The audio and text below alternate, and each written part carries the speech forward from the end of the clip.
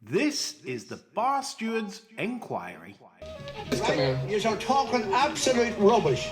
Absolute rubbish. In what way? You were an underachiever in life. I saved your bacon one time. You were gone. You handled that well. I couldn't save you. But you did the right thing. But that's why you don't know anything about racing, John. I didn't say I do. Right? I'm saying that... What have you contributed to racing? You're one of these take-out merchants. Take out all you can. Good evening. Welcome to the Bar Stewards Enquiry Weekend Podcast. Yes, it's Cesarewitch weekend, and we've got plenty of action for you on the old telebox. And joining me to chew the fat, go through the best bets and the television races are my great team tonight of Jonas Leng, Andy Richmond, and Nick Davis. Good evening, chaps. Good evening. Evening. Yes, we're fucking raving for this. Right. So no, whatever. It is that kind of cards tomorrow, I must admit. It is tricky. It's not something we can start bouncing from rooftops about. Or maybe it might be different. I have not spoken to my co-presenters, so we'll see where we go. Right, best bets round. This is where we go 1, 2, 3 points. If you've not listened before, 3 points obviously being the best, and the 1 point we start off. John, I'm coming to you for your 1 pointer, please. Fairly early start for me in the 125 at Newmarket. I think the favourite Ancient Wisdom is worth taking on, and I'm going to take him on with Ambient Friendly. I thought this one looked a lovely type on debut, strong on the front end, some depth to him, wonderful attitude, and I think he's probably overpriced because Bones doesn't tend to win 2-year-old pattern races. So I'm going 1 point win. No, it's interesting, like you said, because that race, I had a massive mark for the variant horse. They said this was working like mid-90s Dossman. Mm-hmm. And because it was a newcomers race, and obviously Prescott's was fat, that was in fifth, and tailed off. You just don't know the quality of this. And I think that's a really interesting selection because this was impressive. And like you said, Burns, for most of the season, has been, well, it's been a bit shit. He's finally managed to get crack skiing off the mark tonight, so maybe things are on the turn for him. Alameen won 2 nights ago at Kempton. He's in good form, he's Burns now. The yard. He generally peaks about end of November till mid-December. It's Christmas money. That's usually his good fortnight. Yeah. Ambient Friendly then for John. 10-1 generally available. You can get 11s with Billy Mountains. But John, 1 point on the nose and a good selection, John, to kick us off. Thank you. Andy Richmond. I've had to have a late change here, which will, for those of you in Edge, will become apparent tomorrow. Tease. So I'm going to go a rare foray into 2-year-old land for me. And the 315, the Zetland. So where's the kilt horse? Where's he gone? Doesn't seem like a Zetland we are. No, I know what you mean, yeah. No, there's only 5 in here, but I was very impressed, and it takes a lot. I don't watch a lot of 2-year-olds. I'll leave that to John and you and other people. But this Dam Buster caught my eye at Sandown when he won there, and it was soft that day, and he just ground his way home. Nice Kingman colt out of a Singspiel mare. I think he'll go. The ground didn't look too bad there at Newmarket today for all it was meant to be. But he was the pick of the newcomers on paper. He was very inexperienced. I think he'll come on a bundle for that run. The second from that race, Go Daddy, won in the slop of Nottingham Nursery. So I think I'll have a point on Dam Buster for the late change. I just like this horse. And I think it might just be right up his Strasser tomorrow. None of them have done 10 furlongs before, but it just looked as though he needed 10 at least already. And the Balding team are in pretty decent form at the moment. So I'll have a point on Dam Buster in the Zetland. Indeed, 5-1 generally available. Will that go down like a bomb for you, listeners? I'd say Barnes Wallace wasn't riding it. There you go. Yeah, nice selection, Andy. Obviously, won on debut, like you said, the form working out, and any Balding debutant that managed to win first time, always worth a second look. I found the Zetland quite difficult, so I shall bow to you on this one because I thought the Zetland was a bit of a puzzle. So I like it. Although the original selection was one of the edge horses, or it might be an edge horse tomorrow. Indeed. So I'll leave you to work that one out for those of you. Subscribe now on Patreon. Exactly. Yes, You know what to exactly. do. Nick Davis, coming to yours, please. Right, and I've already tipped up in the Cesarewitch anti-post Pied Piper. We were sitting all right there, but I decided I want the lot. So I'm going to have a reverse forecast on the two I think have been laid out. Pied Piper, the Shunter. Both of these were only one run this season. You know my views on Irish stayers and English sprinters, and that you should follow them. And I don't feel there's a lot really, really well handicapped in this race. I mean, you look at Pied Piper's trying to give £2 to Coltrane last year in the Ascot Stakes after being badly booked in the home straight and switched around. And the Shunter, well, that could be anything with Mr. Mullins giving it one run at 4. So I'm going to be ambitious. Half a point reverse forecast. Pied Piper, the Shunter. Nick, you love a reverse broadcast, don't you? You Yeah. absolutely love it. I've never met a fella as much that loves a forecast as much as you ever. Honestly, you do. You absolutely love. Just talking about your modus operandi over the years, because you've got plenty of skin in the game. Have you always done it when you fancy two in a race? Do you always do a forecast? Have you always?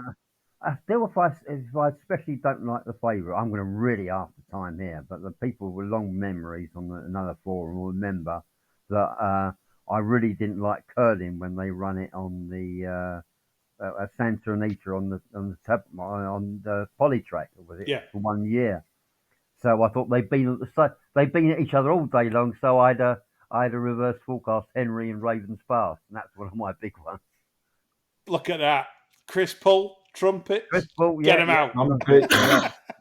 That's the full one, isn't it? That's the full trumpets with the little dancing blokes. You've got to get that one out. Yeah, I mean, especially if I think there's an angle, and it's like I think these two they've had one run each. They're laid out for the race.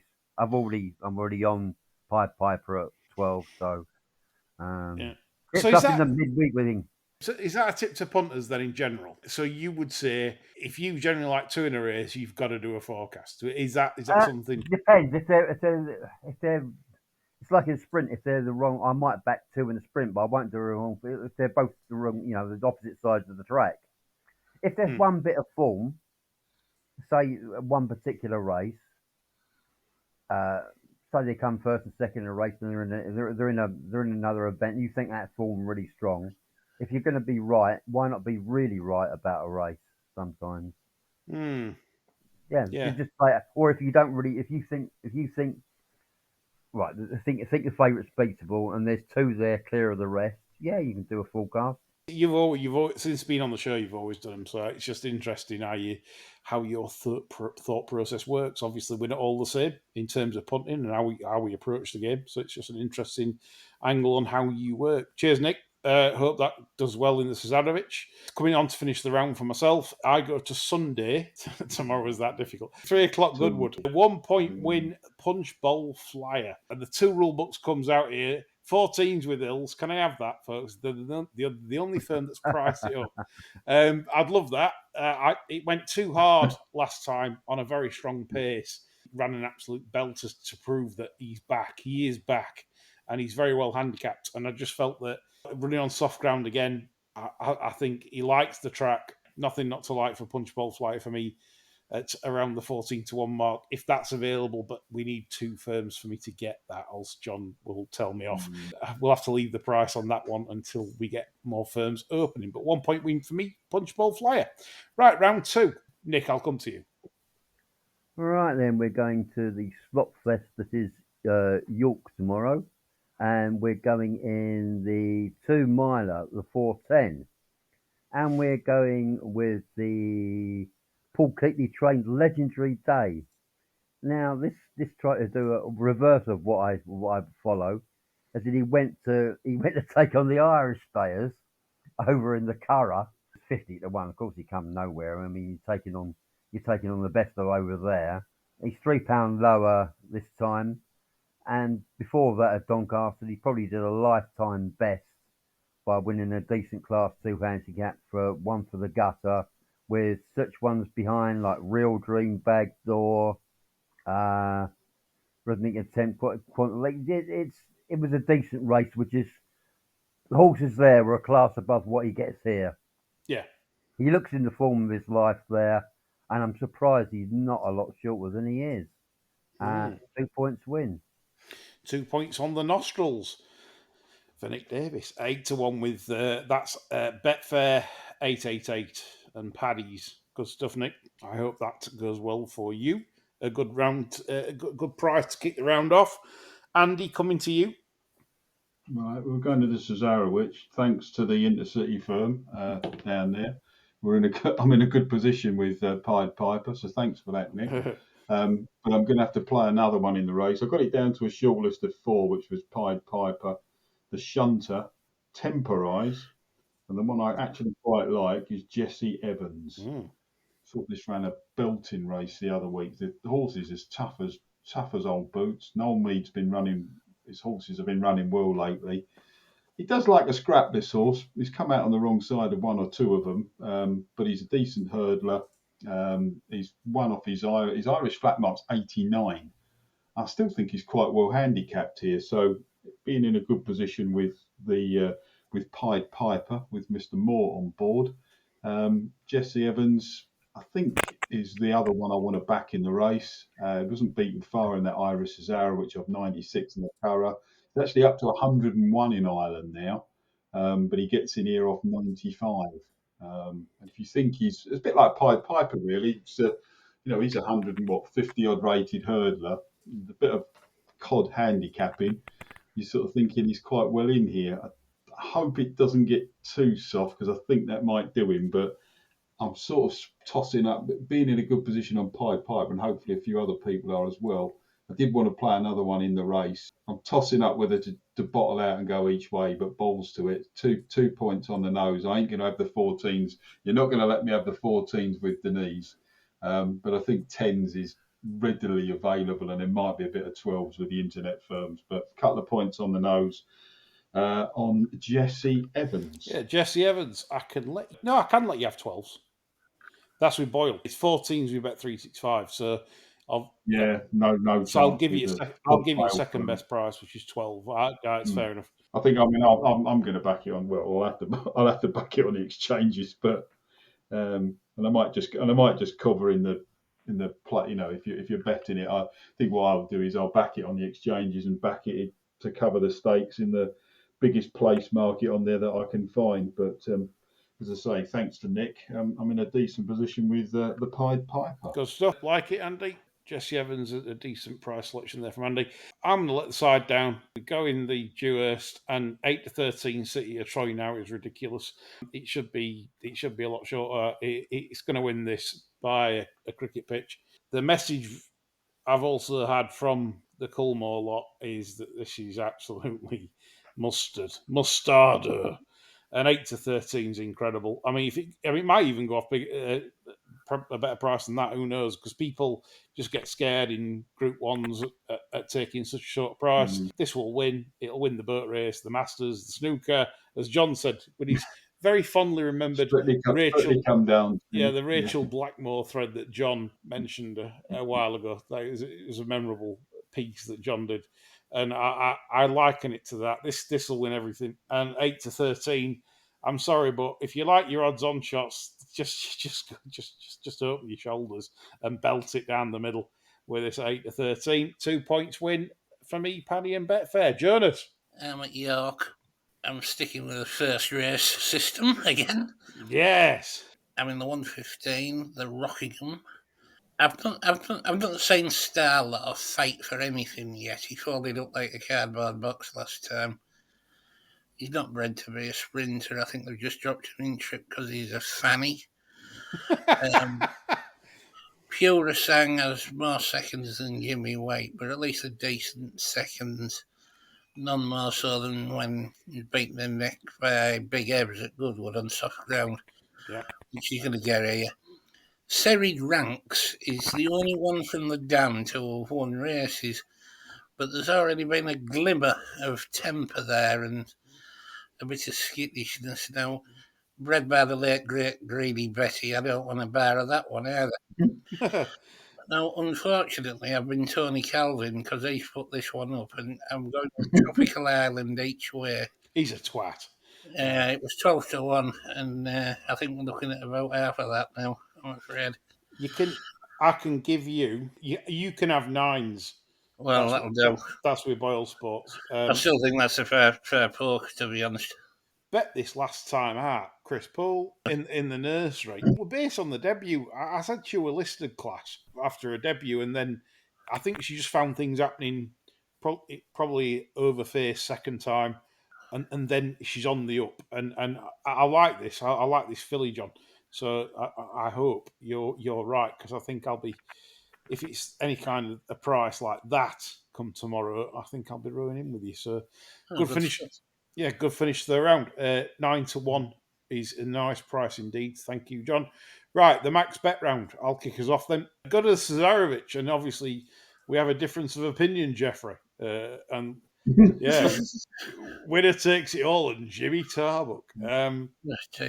Yeah, remember that? What a show. Jeffrey Wheeler. Jeffrey Wheeler, yeah, he's good. Is he still alive, Jimmy Tarbuck? Yes. He must be very old, John. He is.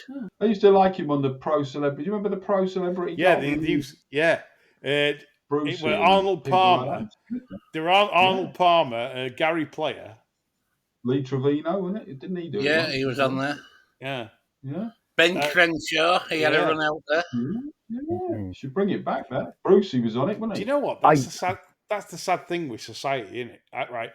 Back then, like, you get like top professional sports people that were accessible to the people. Really, imagine now trying to get Messi and Ronaldo on a show like that. You know, you'd have to pay them like. Lee, do you remember a round with Alice?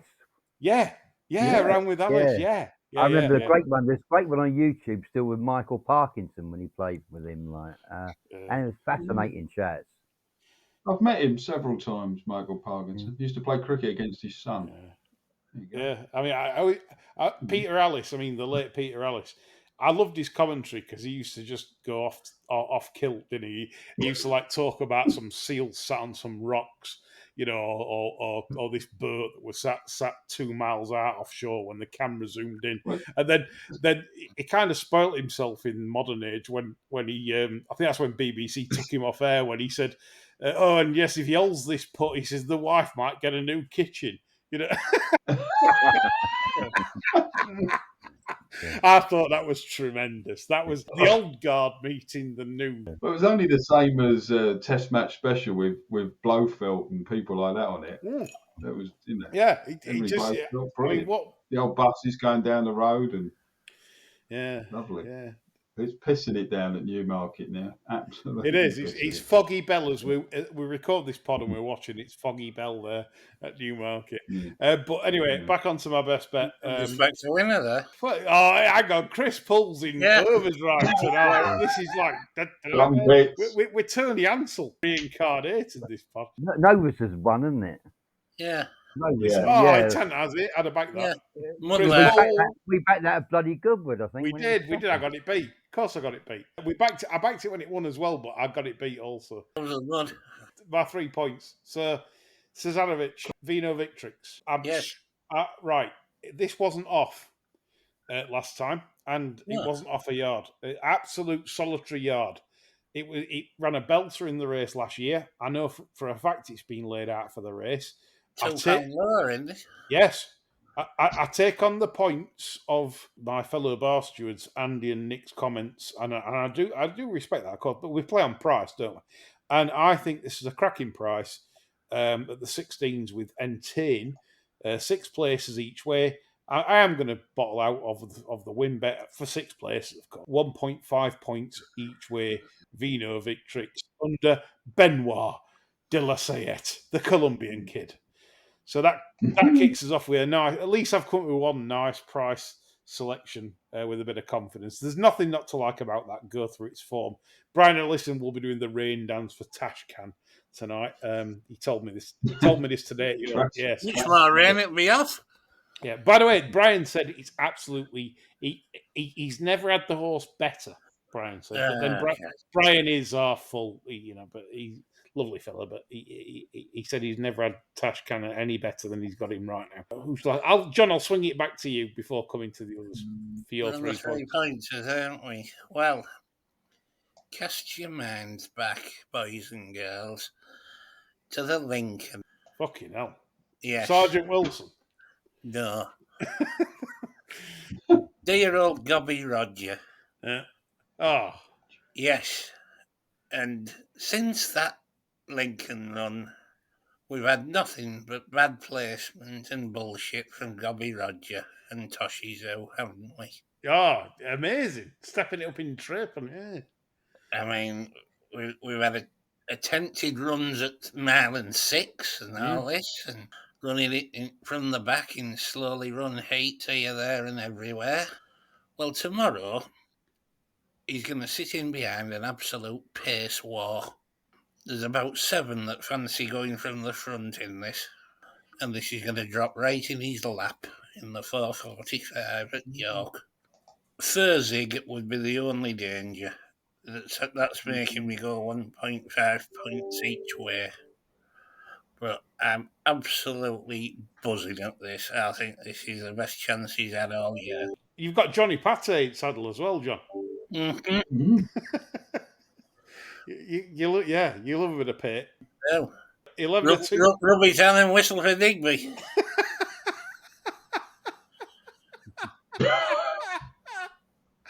Oh, good God.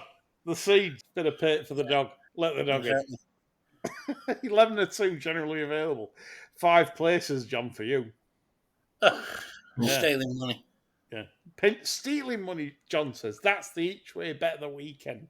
11-2, Toshi 2 for Gobby Rog and Johnny Pate for his 1.5 points. Took each him way. all fucking season to find.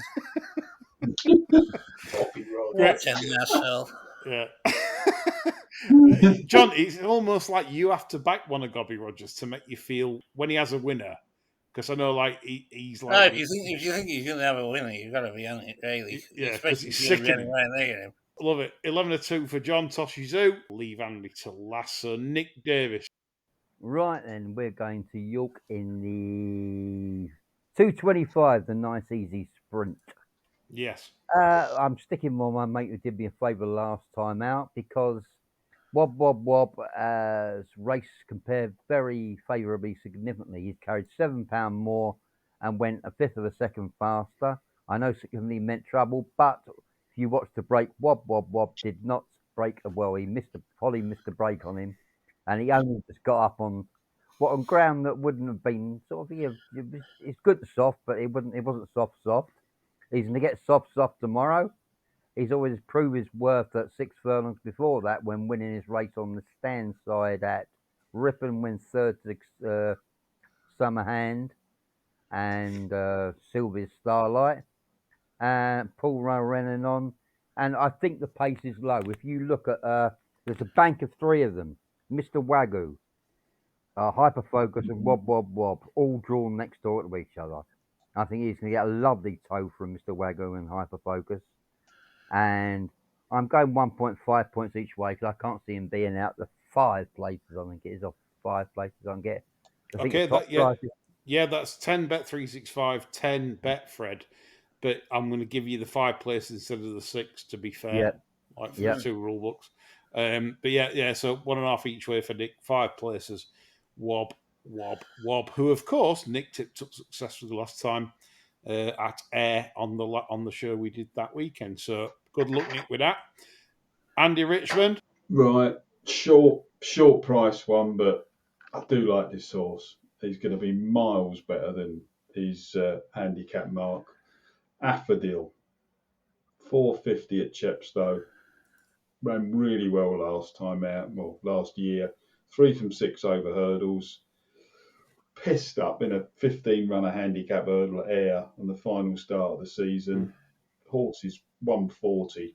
He's had a wind up. Nichols like to do. My only slight doubt is that the ground at Chepstow is like a ploughed field at the moment, but I do think this horse looks a really useful hurdler in the making. They had him in the Swinton last year. I think that was the plan, and they missed the cut by 1. So I definitely think he's got a few pound in hand. 3 points win, Affadil. You sound very confident on this, Andy. I'd be more confident if it wasn't like a ploughed field at Chepstow, but you watch his run at Ayr, and if he hasn't got £10 in hand on a decent, if it was good to soft there, what they were claiming it was today, well, at the start of the card, then I'd be fine, but just sort of tempered enthusiasm. But I tell you what, I mean, this looks a horse that they probably come here and then run in something like the Greatwood. And I just think they might have just left him a little bit short. But even if he gets beat tomorrow, I think he's got a great chance in that. I think the horse is decent. He won on the flat in France. He was a decent flat horse in France. I think Pumpkin really likes him, and I do.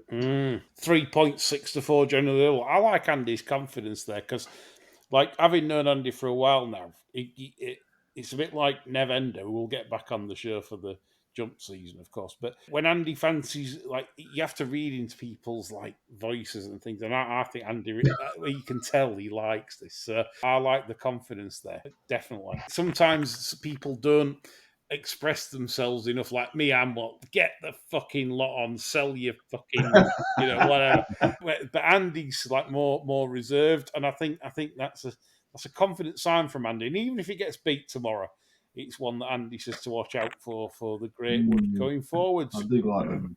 Good stuff, chaps. Thanks for that round. Enjoyed it. We'll go to the television races now. So what we got? I think it's 8 races tomorrow. Is that 9 race extravaganza? It is, Andy. You've corrected me perfectly. It was a 10 spot today and a 9 tomorrow. I know, 10 today. Yeah, bizarre. On a Friday. Mm-hmm. Right, York and Newmarket. So we'll go York first and then finish off with Newmarket. The Rockingham is where we start, and Jonas has dipped his wick in. With Tropical Island. So on the best bets round. Get arrested for that. John's expressed his confidence in that. And to be fair, listening to John's analysis, I thought he'd got this spot on. Obviously, Starlaw could be a bit of a Pons. I think Starlaw's got a lot of ability. That's the problem there. I'd loathe to sort of lay it or but he definitely Ponsed it at Sandown. So they've dropped it back in trip. I'm not so sure it's a 6 furlong horse either. I just think that's them a bit. Not bred for the job, is it? That's them perplexed, John. How that's not won last time. Yeah. They're thinking, well, it's travelled up like a fucking... Can't stay because it can't possibly be a Pons, can it? So, yeah, to be honest, I agree with just about everything John said on his summary. So I've nothing really more to add myself. It's a no-bet race for me in terms of anything I could get my head around, but I will back John's Tropical Island just because... with his confidence in it, I said this on debut. I thought this filly could be, stakes class, and hopefully that's the case. Nick, Andy, any thoughts on this? No. I love it when Nick does that. Probably not really. No, but it's a two. I mean, end of the day, it's a 2-year race, end of season race. It's going to be pretty bad ground. We saw the ground ploughed up there in the last race at York today. It is going to be like a tater field. It's not going to be easy punting for anyone tomorrow. Don't take that angle, I would say. We'll move on then. 225 is the easy to solve sprint trophy, sponsored by Dirty End Turn. John, I wanted to ask you on one ear just before we start. We're going to get out the Chuzzlewit, are we? There's Chuzzle. I've got, because I keep all your notes from. Well, I keep everyone's notes, and Chuzzlewit is reappearing. We'll just set the piss out of the ground now, won't he? But then the other one is Pendleton. Yeah. And you've always liked this. And then they've took it. It went from Dodds, who is a good horse with sprinters, but it's gone to the Sprint King. It's gone to the Sprint Factory, hasn't it? The Sprint King of Camachos. And obviously it pissed up last time. And I just wonder what your thoughts on that were. I'd be a little bit worried because I think the horse is fairly fragile. And the forecast tomorrow is for dry and bright. And I think if that ground gets a bit tacky, I think they might even pull it out because I don't think tacky will suit. Nick, you've gone for Wob Wob Wob to back up the Air success. I have got absolutely zero view on this, other than I subscribe to Nick's thing here on sprinters and stayers, and Adrian McGuinness brings laugh a minute over, but Nick, on your system, that'd be a no, wouldn't it? Yeah. I'm not saying they can't win, and But I think Low will dominate here because that bank of pace. Yeah, I did like what you said there about what drags them into this in terms of like The only other pace. Ghaiyyath goes forward from 14, but that's about the the really high ones may not get a real massive toe. Yeah, William Piles rides that, don't he? Though it's yeah, He's been riding well. William Piles. Not the easiest. William He doesn't sit easy, does he?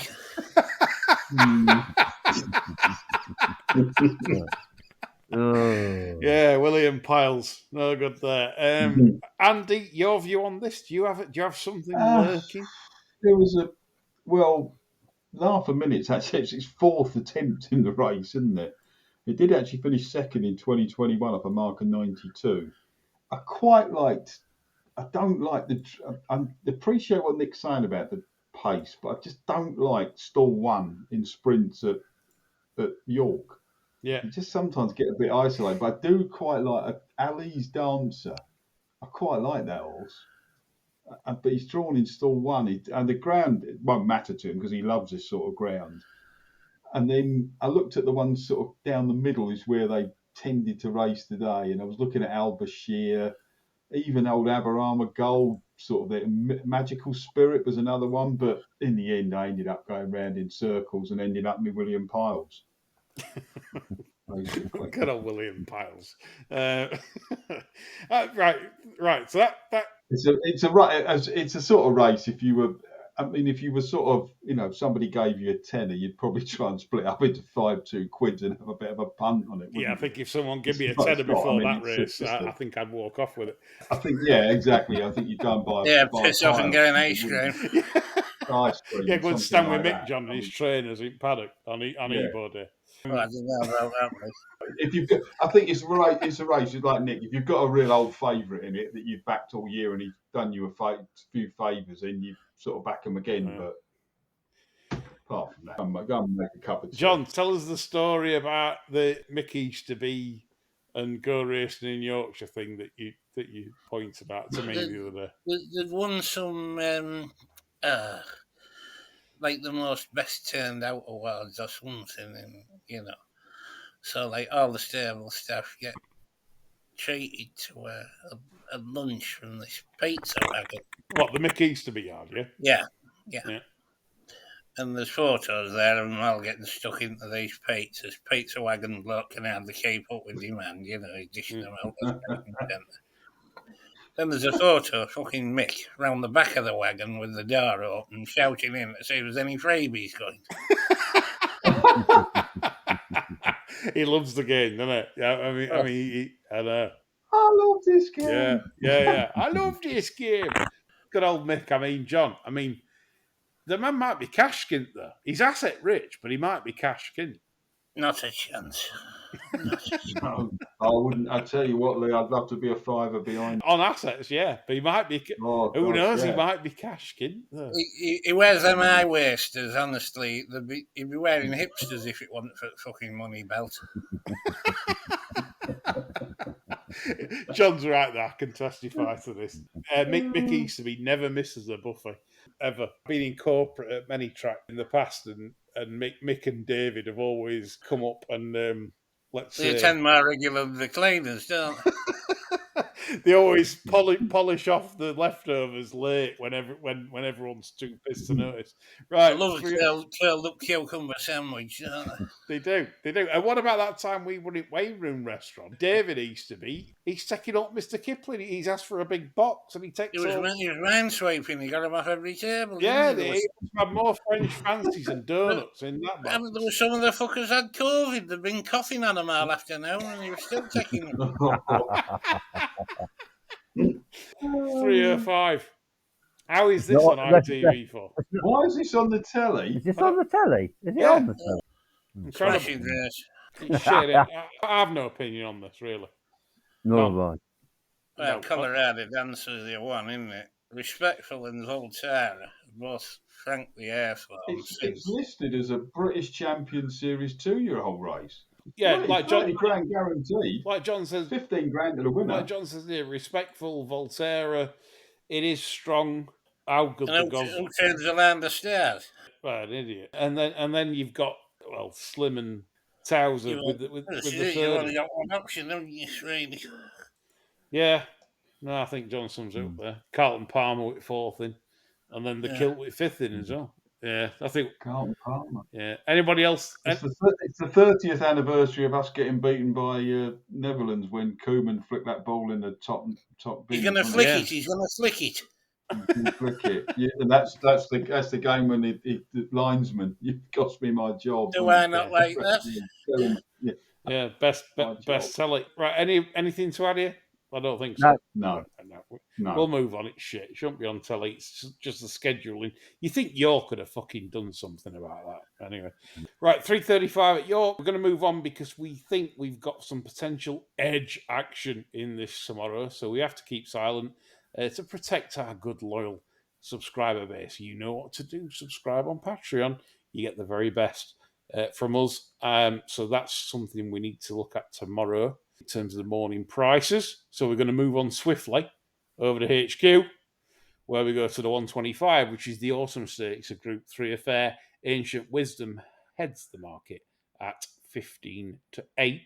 And John has already made a very salient case for Ambient Friendly for Burns and Tom Marquand. Winning on debut, which, James Fanshawe winning debutants. They're pretty hard to find, John. It's like trying to find a virgin in Newmarket, isn't it?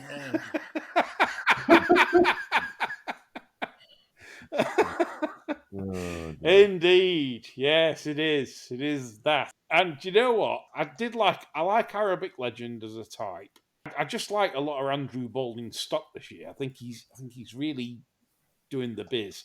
And much to Jeff Smith's delight as well, even though Jeff Smith doesn't own this one. He is doing the biz. Ancient Wisdom has been off 77 days since he's third to Rosalian in that listed race, John, that we said was a load of bollocks. Yeah, it was. Yeah, we did, yeah. It was it was a weird race, that, even though Rosalian's come out. Though when Rosalian won in France, John, you weren't that impressed, were you? You won't be running out with that next year, don't worry. No, you think that's the next Chindit? Yeah, if it improves. Yeah. So there we go. I'm with John. I'm going to run with John here on Ambient Friendly. I think that newcomer race could be really interesting. And the only reason you're getting a big price is because no one can get an angle of the second, third, how good I tell you what, when you say these tomorrow, right? Honestly, if you don't put the price in the betting next to the horse and you're just looking at them, you won't say a nicer horse than this one of Bones is. Well, it's Glen Eagles out of a fast rock mare, so the ground should be no issue. Andy and Nick, any views here? No. I sort of wanted to take on the favourite, so respecting John's views, that'd be one of them. I probably wouldn't lay the favourite, but I might back a couple against it. And the other one would be Arabic Legend. Yep. And if you wanted to know, Bones with Bones, not Phil Mickelson's ex-caddy, with 2-year-old newcomers since 1997. He's 33 from 404. If you'd have backed them all, you'd have been doing 114 points at SP. In fact, it's not a bad. I mean, it's only an 8% strike rate. In terms of winners above expected, he's literally about a winner above expected. So, if you'd have been on at one stage, you'd have been on a 49 long losing run. So yeah, that might have damaged your bank somewhat. So when he does have one, a bit like Mr. Balding, it can sometimes do to pay attention to some of those. So I think I'd probably, I wasn't that impressed with Ancient Wisdom, I'd probably split the stake between Arabic Legend and Ambient friendly. Yeah, just another thing as well. The Chief Little Rock. I think that's been flattered to a degree with sort of front running rides. The Curragh, when they lead at the Curragh, there's unless like they show something spectacular, like in the latter stages, for a fact you're having the run of the race there. So I'm not really a fan of that one. But yeah, I'm with you two on that, and Nick's no view as always on those sort of races. The 2 o'clock. So, John, do you agree with me? This could appear on Question of Sport. I dare say it probably will. What happens next? Well, he puts the black and wins the title. He could take Bill Beaumont's position as captain, couldn't he? Well, you'd probably get more sense out of him when he's got better areas. How long since you've watched Question of Sport? All the time. Fantastic back in the day. Yeah. Cliff Jones I watched, wasn't it? Yeah. Emily News and Bill Beaumont was one of Gareth Edwards. Gareth Edwards. Do you remember the forerunner to Question of Sport? No. A program called Quiz Ball. No. No, I don't know. There you go. Go and look that up. Quiz Ball. It was a football quiz where you sort of answered questions and you moved the ball. Obviously, I remember the original Match of the Day music with Kenneth Wolstenholme. That was the famous one. Yeah. That was David Coleman. David Coleman was my era. That was the day you used to get two games on the telly, didn't you? Yeah. 2 games on Match of the Day. I'll tell you a quick story about that. The Arsenal double season, 70-71. Went with my brother, went to all the games that year. Went with my brother. We saw him play at Stoke at the old Victoria ground. Got done 5-0 it was. Still won the double and beat him in the cup semi-final, but got home and that was one of the games on Match of the Day. Fantastic, eh? Really topped the day off nicely, that. Yeah, you struggled to get on, but our superstars, man, anyway, fuck Match of the Day. It was all about, like, Brian Jacks, weren't it, John? Absolutely. What, and the squat and the dodgy squat thrust? I've been doing dodgy squat thrusts ever since. Yeah. I don't think we should have a bar steward superstars unless there was a few ambulances thing, unless it was a drinking competition. What's the hottest curry? A drinking competition would be a drinking competition. We'd hands down. A tug of war would win hands down. I think. I need an iron lung. I'd take the Racing Post, any Betfair staff, anybody else. We'd win tug of war and we win drinking competition. Because even if John said, "Well, I've stopped drinking," I'd just have his. Is City going to be pulled out though? If it gets really bad, isn't it? It's going to be pulled out. Do you think, John? Do you think this is a big chance of getting pulled out? I think it's got a massive chance of getting pulled out after seeing them conditions for last race. Yeah. Right. Great. I don't think he'll feel the need to run because he knows what he's got. The vibes are very impressive though from Ballydor. Yeah, he knows what he's got. I mean, he won't be asked whether it runs tomorrow or not. It's next big race is the Guinea, isn't it? Yeah. Again, it's all about the stock and justify for John Magnier to knock one out in front of the telly.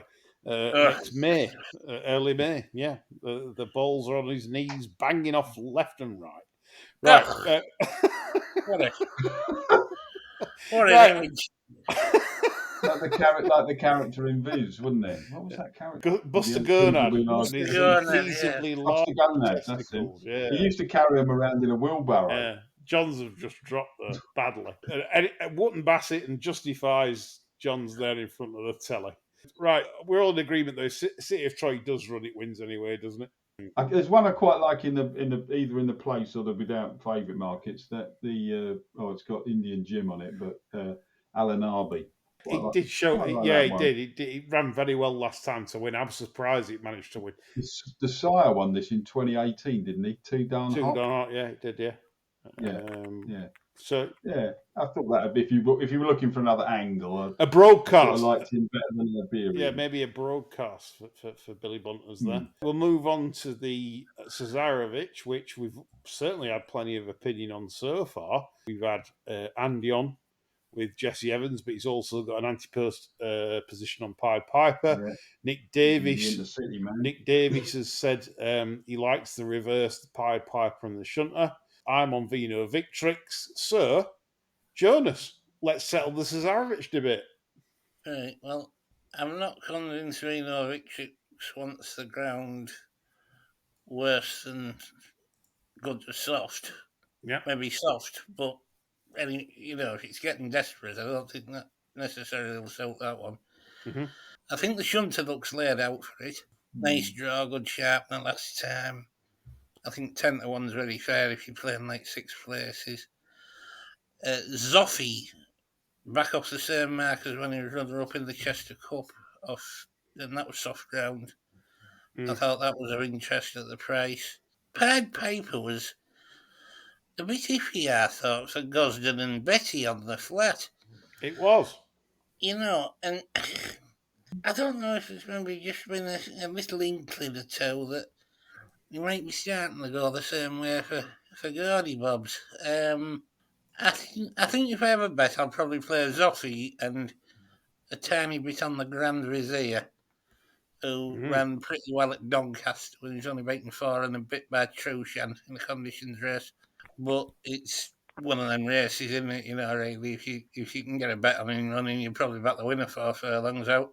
Right, so the Grand Vizier as well, like 80s, that, John? Yeah, I think it's overpriced. I mean, it's knocking on, isn't it? But you get a lot of these old bastards coming backwards, like Cesarewitches, don't you? And fill the places up at big prices, so don't let the price put you off in these.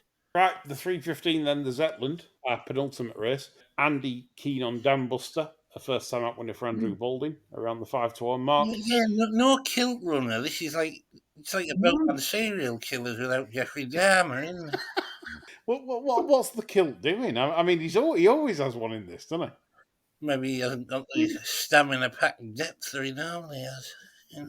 No. Charlie's getting more Coventry types. He didn't win the Coventry either, did he? They've got many more Beverly types, probably. They've got plenty of Beverly types, yeah. Yeah. We're up at Beverly.